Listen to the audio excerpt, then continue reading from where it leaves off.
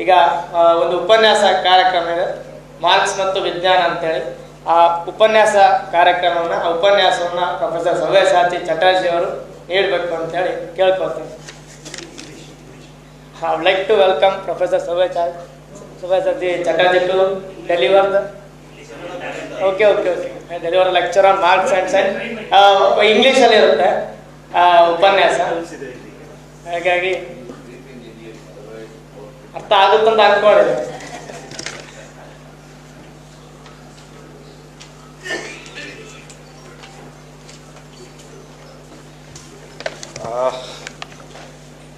So I first congratulate the organizers for bringing out this series, and this is a very important gap that has to be filled, and continuous study of the philosophy of Marxism and practical application of Marxism is to be undertaken. Now, my title is going to be Marxism and Science. I will not go into the part which is Marxism as a philosophy, as a scientific philosophy. I won't go into that part. I would essentially tell about what has happened to the field of science, and particularly after the time of Friedrich Engels. One thing that I would like to tell, that Marx and Engels, both of them, they were not practical scientists working in laboratories. But as has been said by Comrade Siddhan Gowda, that Marx kept in touch with fairly details about what is happening in India, even in the reform movements in India. Similarly, in the field of science, Marx and Engels were very up to date, up to what had happened in their time. And not only that, while making a study of history, they had come to a conclusion that a study of science was essential. Because of several factors, one of the factors was that a scientific knowledge finally transforms into technology, and that technology comes into the production process, and through that production process, how that helps in obtaining or intensifying the surplus, that is one kind of process that is required. And that has been dealt at length in chapter 14 of volume 1 of Marx's Capital, where even different forms of automation are discussed. One of the automations is that even the licking, that putting the gum on the stamp, if you go to the postage, gum on the stamp, that how it has been automated, even that is referenced in that particular chapter. And there is one profound discussion that Marx goes into there, that what is a machine? What is a machine? He goes into that. And is machine a tool? Or is machine an advanced tool? Or is it a combination of tools? Now I won't go into that because volume 1 translation would come out very soon, I believe. Yes, and it is better, please read that in detail, and you would know that what is the concept behind saying that whether a machine is a complex tool or not. Just go through that. But while coming to that, Marx and Engels found that this historical process is not possible without knowing the fundamentals of nature. And that is why they looked into it, and it was one of the wonderful times when they were studying this aspect of science, because they were going through an era which was called the Industrial Revolution. It was one of the late phases of industrial revolution that they started. 100 years before that, with Newcomen's steam engine, it had begun. And that process had developed into something which is of the following type, and that I would like to tell. There were two parts in it. One part in it gave rise to the science of what we call today chemistry. Because the industrial revolution was driven by the textile industry. And the textile industry needed different kinds of dyes for giving different colors. All right? And as a result of that, it was chemistry that from about late 18th century that really came to flourish. The second area which had to be studied was the area, and this is something new appears. It is not a machine, but it is an engine. And it is an engine which does not use animal power, but what it requires is chemical power. The chemical power in burning coal, that was the most important part. And in order to understand that, the chemistry of combustion had to be understood. And at the same time, for making machines to withstand that combustion, it creates a tremendous amount of pressure difference. So you require proper materials. They cannot be made of wood anymore. You needed metals. But then we come back to the problem that if you need a metal for your engine, then which engine is going to produce the metal? That itself is so therefore, it is the problems which get completely interrelated. So as a result of that, the new shift in the area of science appeared. Mathematician, astronomer, physicist, who were earlier the most important pillars of science, now gave their way to two different professions. One profession was the profession of the chemist, and other was the profession of the engineer. The engineering profession did not exist before that. All were natural philosophers. So it is the James Watt, who was the engineer, who knew that how the valve has to be made in steam engine so that steam does not condense inside. And what he did, you had to, of course others did it before, that the alternating motion had to be converted into a circular motion. Yes, this is one part of engineering. This could have been done before, right? Now all of you, some of you who are like people of my age or older, who have seen the steam engine, it is a machine by which, steam locomotive engine, you could see how this piston is moving. I think some of you remember. And with the crank and wheel arrangement, how it is converting into a rotatory motion. And also, steam and water would be coming out. The problem was the steam would condense inside the cylinder itself. How to take it out was the main achievement of Mr. James Watt. Now with this, one of the basic important issues was complete. And now was a question of combustion and design. But it had given rise to a new science. This is one part. The other part that Marx and Engels were concerned with, that any development in science gives rise to a new thought process in individuals and in the society. And as a result of that, what is the new thought process and what is going to be the new ideological impact also, that at a later stage concerned Marx and Engels. And so in their study, this part of the study of history of science became a very important part of their study of history itself. Now this work was essentially done by Engels. And what Engels had said, that as far as it was a joint work by Marx and Engels, but this is what Engels says about his contribution.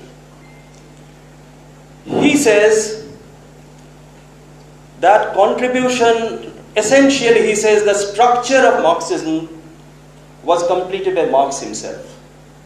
You can go through what Engels said while at the graveside of Karl Marx when Marx died. He said the entire structure was completed by Marx himself.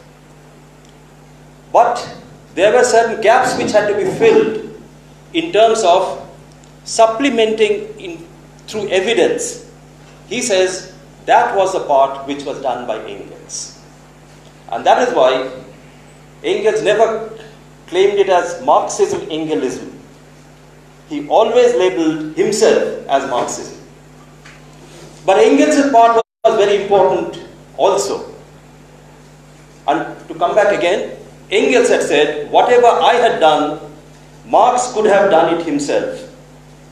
But what Marx had done, I couldn't have done. Okay? So therefore, Engels' contribution is very important, but certain fundamental structures went through the discussions of Marx, Engels, and many others. And there a division work was also done. Marx essentially devoted himself to history, philosophy, and another branch, and that is mathematics. And I will come to that in the end. Marx devoted considerable part mathematics and very seriously at the end of his life. Whereas Engels looked into science and technology part essentially. In order to do that, as I said, I will talk of post-Engels era, because let us see that what they had concluded at that time, is it still valid? Because about 150 years have, about 130 years have passed since Engels had died. Now, if you talk of Engels and science, his most profound work is found in Anti-Dueling. It has 3 sections, one section of which deals with science itself. Science, developments of science, and science, how it helps in the conceptualization process. That is given in Anti-Dueling. Dialectics of Nature followed that. It carried many of the ideas that came in Anti-Dueling. But Dialectics of Nature was published much later. It was not published as a book in Engels' lifetime. So Anti-Dueling is the part which had a very profound influence on many people, and somebody who said it is the finest textbook of Marxism, and that comment was given by Lenin. That is the finest textbook of Marxism. Lenin had said that. Now in studying this, Engels and Marx had to make a study of history itself. And in that study of history, history of science, and found there were certain landmarks which we all acknowledge. They were not the only ones to acknowledge, but there were certain landmarks in the history of science. One of them, first early science, was just accumulation of data. That is cumulative part of science. And then it reaches a landmark, which is the emergence of Greek science. Now Greeks had no empirical tradition. They were no experimentalists. But they took the results of others and they could see how they can be put in a proper sequence. So Engels understood that one of the main importance of the work of Greek science was in theorizing and putting them in the proper sequence. And this is one of the conceptual issues of science. Then comes what we call the Copernican revolution. Now, why do we call a revolution? It is not that simply it solves a problem, but it gives something new and you can never go back. Now something in society, in social processes, there can be revolution, there can be counter-revolution. But if you look at science, it was blocked by Aristotelian era, but ever since the Copernican revolution, there has not been a counter-revolution. It moves forward, right? This is one historical issue in science that we have to take. Now, what was the Copernican revolution? Let us see. It began only with the solar system. Okay? It only with the Motion of the planets it started, but it did not stop in the motion of planets. Once it opens up something. People start asking, planets I understood, but what happens to the satellites of planets themselves? What is moon then? Moon, it also turns out, turns around the sun under the same law under which the earth moves around the sun. Then comes a question, if that be so, what is happening to comets? Do they come and go, or do they return their visit? And this was solved by Halley. And it was Halley's prediction that on the Christmas day of, I think, of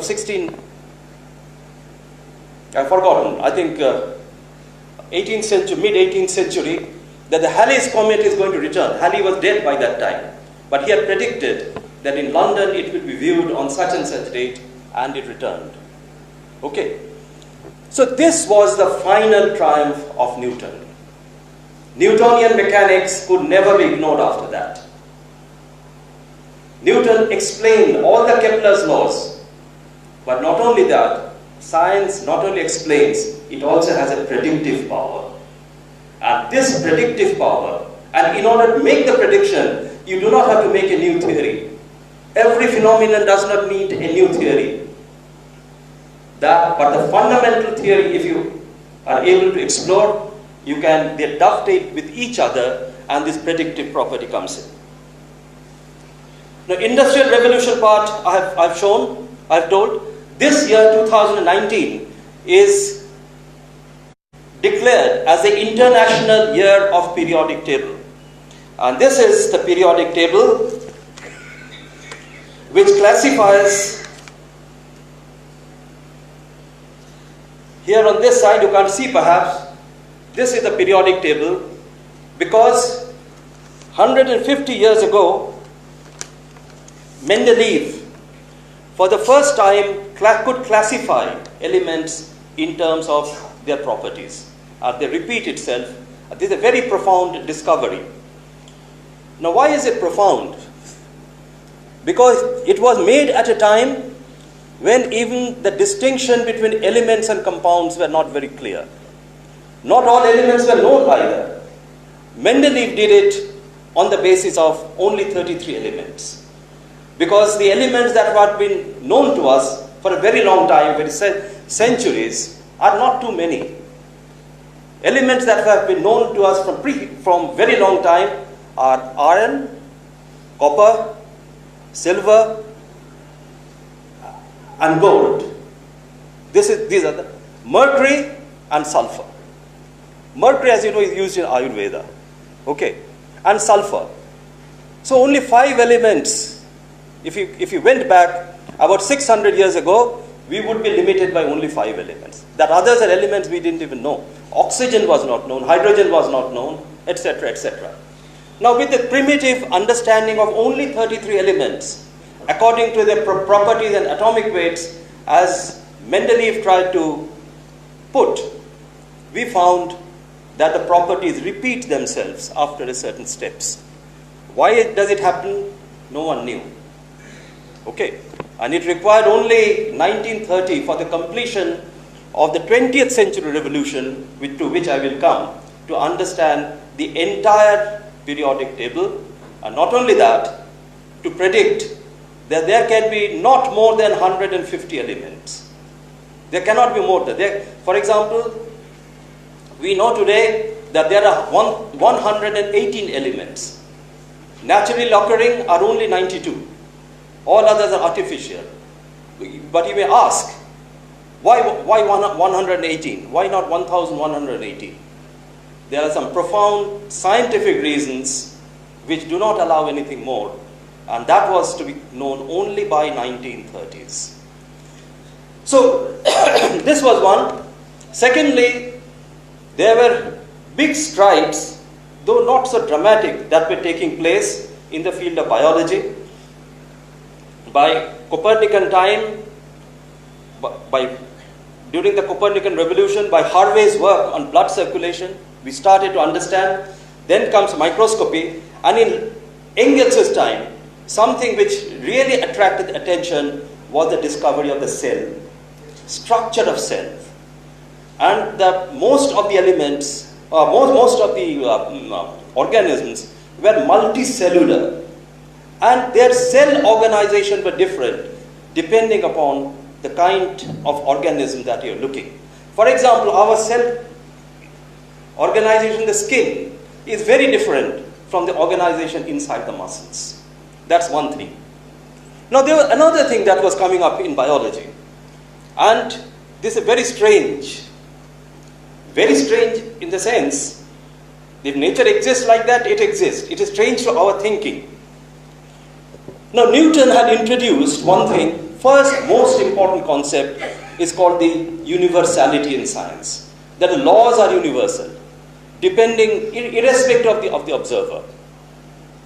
And here what you find, when you come to the animal kingdom or the plant kingdom, that living bodies of a similar kind have the same kind of structure.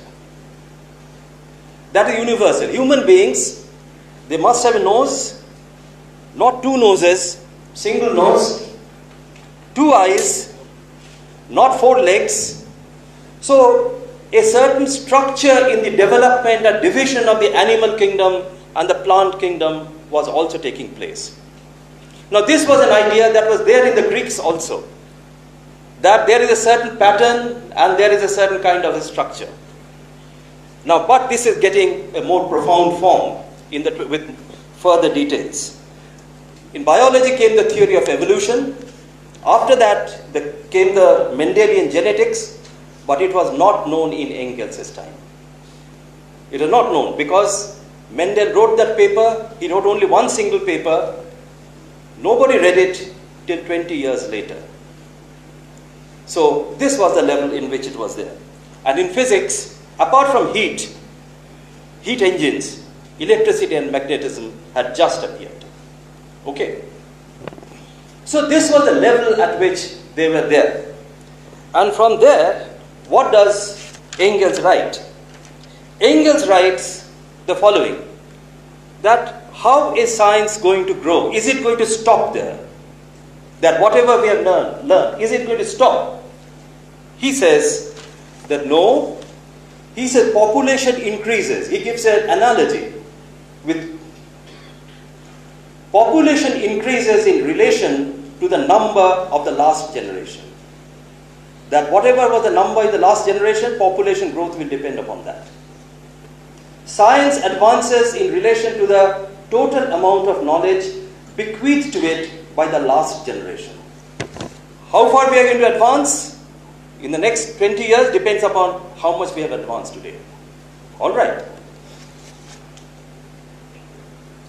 And therefore, under the most ordinary condition, a geometrical progression too. That as time passes, development of science will also increase as a geometric progression.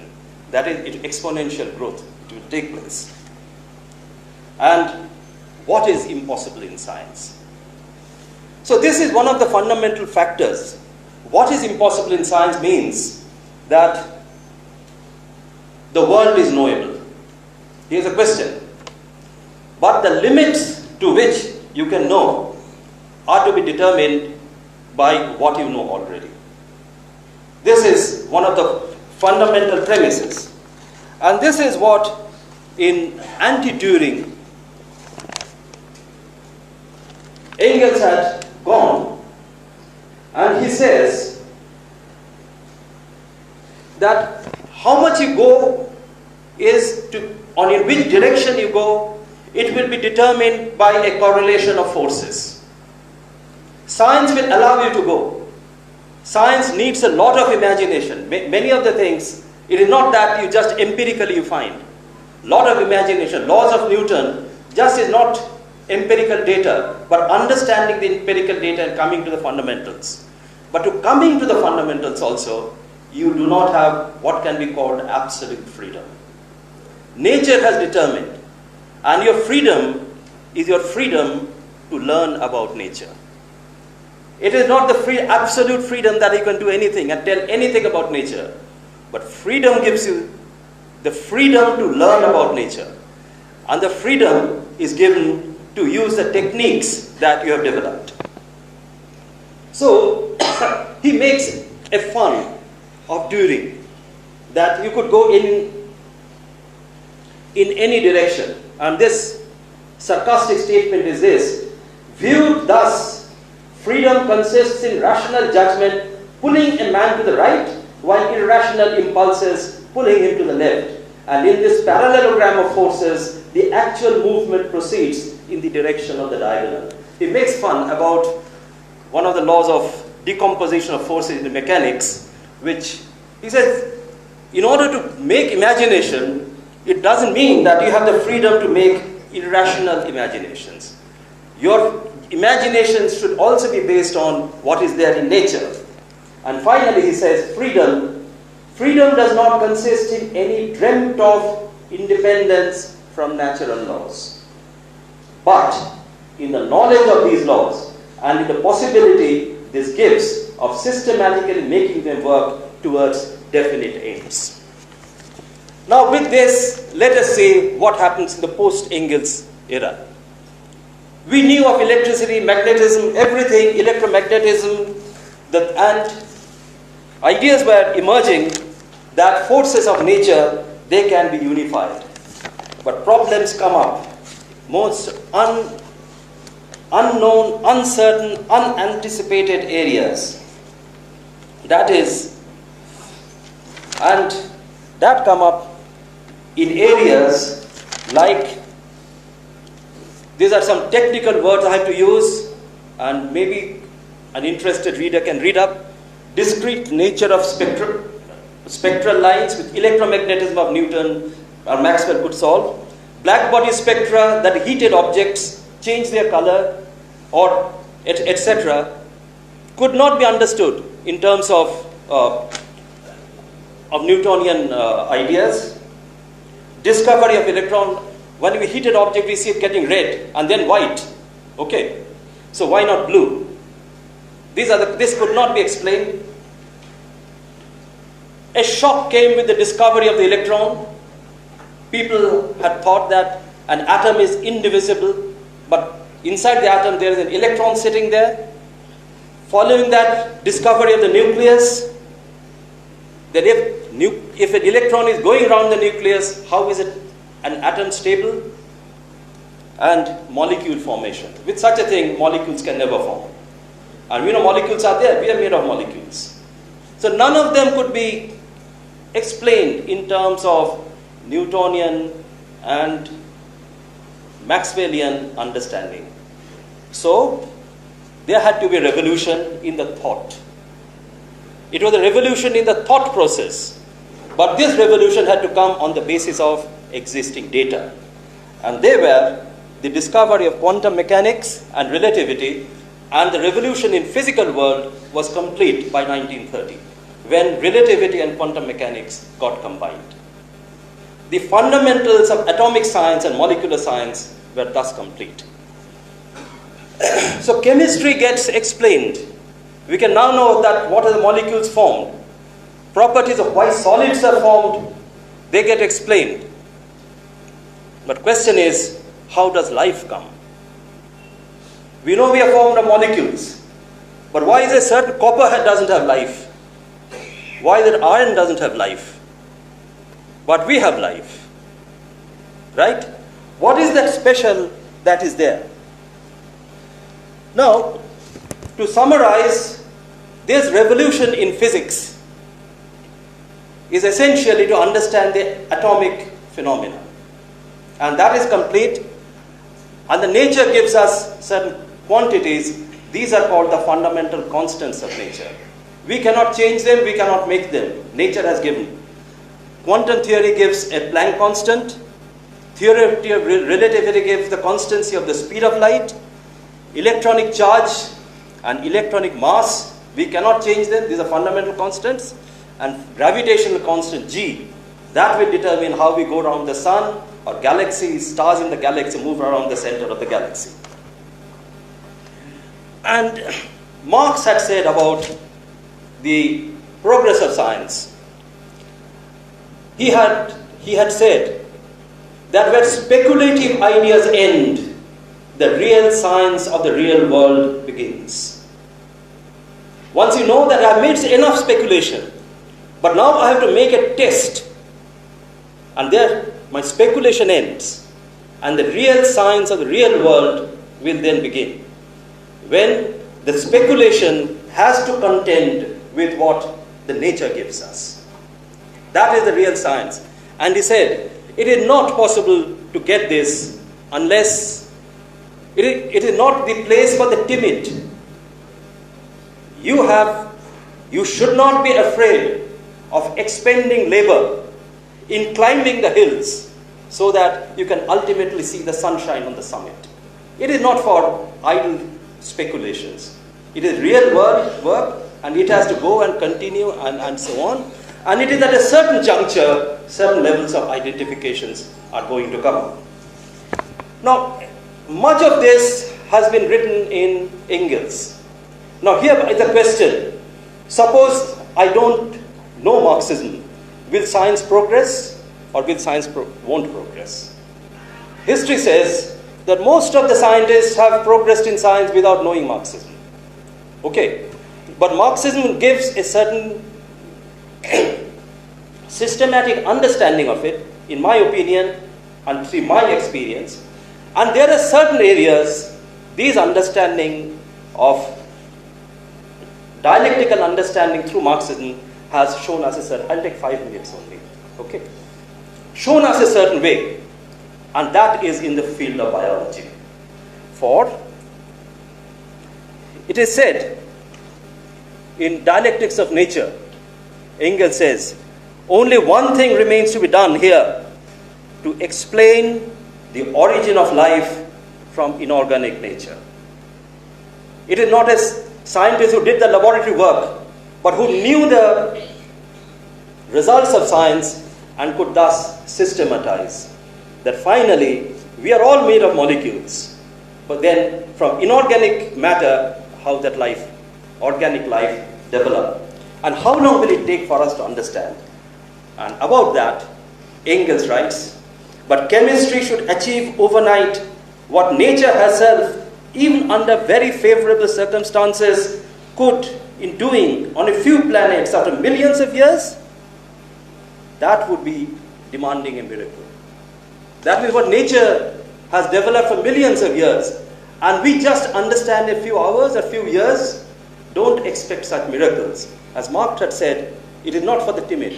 You have to go up the slopes. But imagine, this is the most fundamental question, to explain the origin of life from inorganic nature. And this is what people are pursuing. They may not be Marxist, but the direction of science is going in that direction. And some people have very consciously followed it by knowing Marxism itself, and their question is, how does structure determine function? Why is it that the proteins have to be ball-shaped like this? Without they cannot function as a protein. And what is the nature of the folding that protein should have in order to perform some of its properties? And why is it that the DNA has to be like the spiral? Without that, it cannot carry the genetic message. So how the structure determines the function? It required about 50 years of hard work using techniques of physics, chemistry, everything together. Now, apart from that, there are very practical issues that I would come to, just last few minutes. As I said, they had divided their time, and Marx had decided to study history, where Engels would take up and mathematics. And there he writes to a letter to Engels in 1860, writing articles is almost out of question for me. The only occupation that helps me maintain the necessary quietness of mind is mathematics. This is what Karl Marx is writing. And finally, in another letter, after 3 years, my spare time is devoted to differential and integral calculus. Apropos, I have a superfluity of works on the subject and will send you one should you wish to tackle it. I should consider it to be almost essential to your military studies. To your military studies. Now, why he says this to Engels, because Engels himself was a very good gunner. And if you read Engels' dispatches about the 1857 War of Independence, it appears as if he is sitting there. He's sitting there and talking. One of them I remember is about the takeover of the Shah Najaf fort, Shah Najaf in Lucknow. He said, why is it that only 100-pound, 10 hundredweight gun was used there? Why not heavier ones? He knew all those things. Now finally, I would say what Marx had said was nothing out of fancy. Because in 1916, when the Second World War was on, mathematics for the first time was used in war. And these are called the Lanchester models. And today, we have several such models, like army versus army. This is a classic Lanchester model, and this we call the quadratic law. Guerrilla versus guerrilla, this is called a linear law. Who will win, we can predict. Guerrilla versus conventional army, this is called a transcendental law. And how these are useful, how these also require understandings of quantity changing into quality, can be given by the last quotation that I would give from Engels. It is again in Anti-During. He says, in conclusion, we shall call one more witness for the transformation of quantity into quality. That is from Napoleon. He makes a following reference to the fights between the French cavalry, who were bad riders. French were very bad riders, but disciplined. They were bad, but they were disciplined. And the Mamelukes, who were undoubtedly best horsemen of their time for a single combat, but lacked the discipline. Two Mamelukes were undoubted, and this is a quotation from Napoleon, two Mamelukes were undoubtedly more than a match for 3 Frenchmen. 300 Frenchmen could generally beat 300 Mamelukes, and 1,000 Frenchmen invariably defeated 1,000 Mamelukes. Now this is again how the coordination between quantity and their internal strengths would finally yield a result of a certain kind. This is one of the important lessons that we get from Marxism. These are not only issues related to the structure of matter, but also structures in practical work in ourselves. Maybe even in book circulation. How would we strategize it? These are some of the things, many areas from which we can learn from them, and the possibilities are completely unlimited. With this, let me thank all of you, and let me congratulate the organizers for bringing out this particular series. Thank you very much.